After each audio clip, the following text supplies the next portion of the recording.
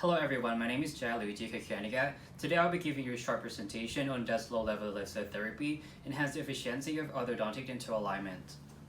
To begin with, I'd like to talk to you on why is it important to enhance the efficiency of orthodontic treatment. The reason is that it's not just to satisfy your patient's desire, but also reduce the associated risk of caries, gingival inflammation, alveolar bullous, and root resorption. And so far, it's been known that corticotomy and injection of substances like prostaglandins or osteocalcin can accelerate the orthodontic tooth movement. However, corticotomy is an invasive procedure, while the injection of substances into a alveolar socket may be involved in the local pain and discomfort. And that's why I generally arrived at the low-level laser therapy, which is a non-invasive technique and has widely applications in medicine and modern dentistry. And it's known that LLT can accelerate the cellular turnover, which may speed the rate of dental tooth movement. And to the best of our knowledge, there were no randomized clinical trials evaluated the efficacy of LLT on orthodontic treatment time. So this pilot study is aimed to assess if low-level laser therapy enhances the efficiency of orthodontic dental alignment. So let's move on to material methods. Firstly, we selected 97 patients who want to receive orthodontic treatment at section of orthodontics, Milano Bicocca University, and 3 of them were refused to participate, and the other patients were enrolled based on following criteria. For example, age between 13 to 30 years, and having angle class 1 malocclusion, lower 6 to 6 mile crowding measured on dental cast, and no treatment plan including extractions. After that, they were allocated into 2 groups, controlled and tested, and each of our subjects were assigned a study number which was concealed until the date of boarding fixed appliance. And yes, our studies were ethically approved by Ethics Committee of Faculty of Medicine at Milano Bicocca University and performed in observance of the Declaration of Helsinki. And then we did the follow-up and analysis, which will be discussed later on. And in terms of intervention, all participants were treated with 0.022 inches light empowered self-ligating appliances and low-profile tubes with MBT prescription. Both groups received the same arch wire sequence, that is 0.014 inches thermal nickel titanium arch wire. The arch wire sequence progressed if only the full bracket engagement was easily feasible, that is without forcing rectangular wires throughout the bracket system.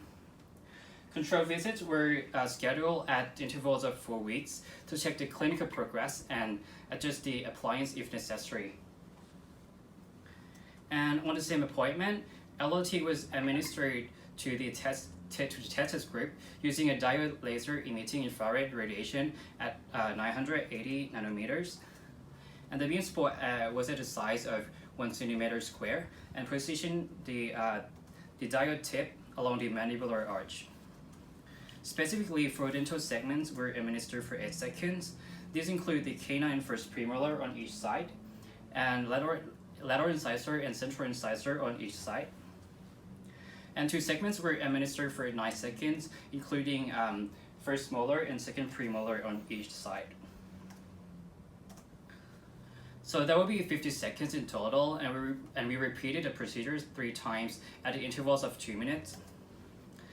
And the total energy density for the entire mandibular dental arch, corresponding to an exposure time of 150 seconds, was 150 joules per centimeter square. And to quantify the initial amount of crowding in the lower arch from 6 to 6, the Little's irregularity index was used, and the same operator performed the measurements on the initial dental cast by means of a digital caliper. To assess the alignment treatment time of both groups, we recorded the date of brackets boarding and defined as T1, and the date of complete resolution of crowding defined as T2. So the T2 minus T1 is the alignment treatment time. And then we ran the log rank test and found out that the average treatment time was significantly shorter in the tested group. That is 211.8 days compared to the control group at the 284.1 days. Consequently, tested group needs significantly less control visit compared to the control groups based on the man-U test. And to be specific, it's 7 visits versus the 9.5 visits as the median value. And if you look closer at this Kaplan-Meier curve, you see the separation between the two curves, which indicate that the treatment time between the control and tested group were significantly different. Alright, so we are here at the discussion. The LOD protocol used in this study included 1 intraoral administration per month with a total energy density of 150 joules per centimeter square. This energy density also found to accelerate the retraction of canine into prospective studies. However, the ideal dose is still a concern because it is not possible to precisely calculate the light exposure time of the cell due to the different amount of energy density lost during the penetration through the facial structures. And definitely the advantage of intraoral over the extraoral protocols is the possibility to get similar clinical outcomes at the lower energy density. So, alright, so within the limits of this pilot study, we can conclude that intraoral administration of LOT significantly increases the efficiency of orthodontic dent treatment during dental alignment.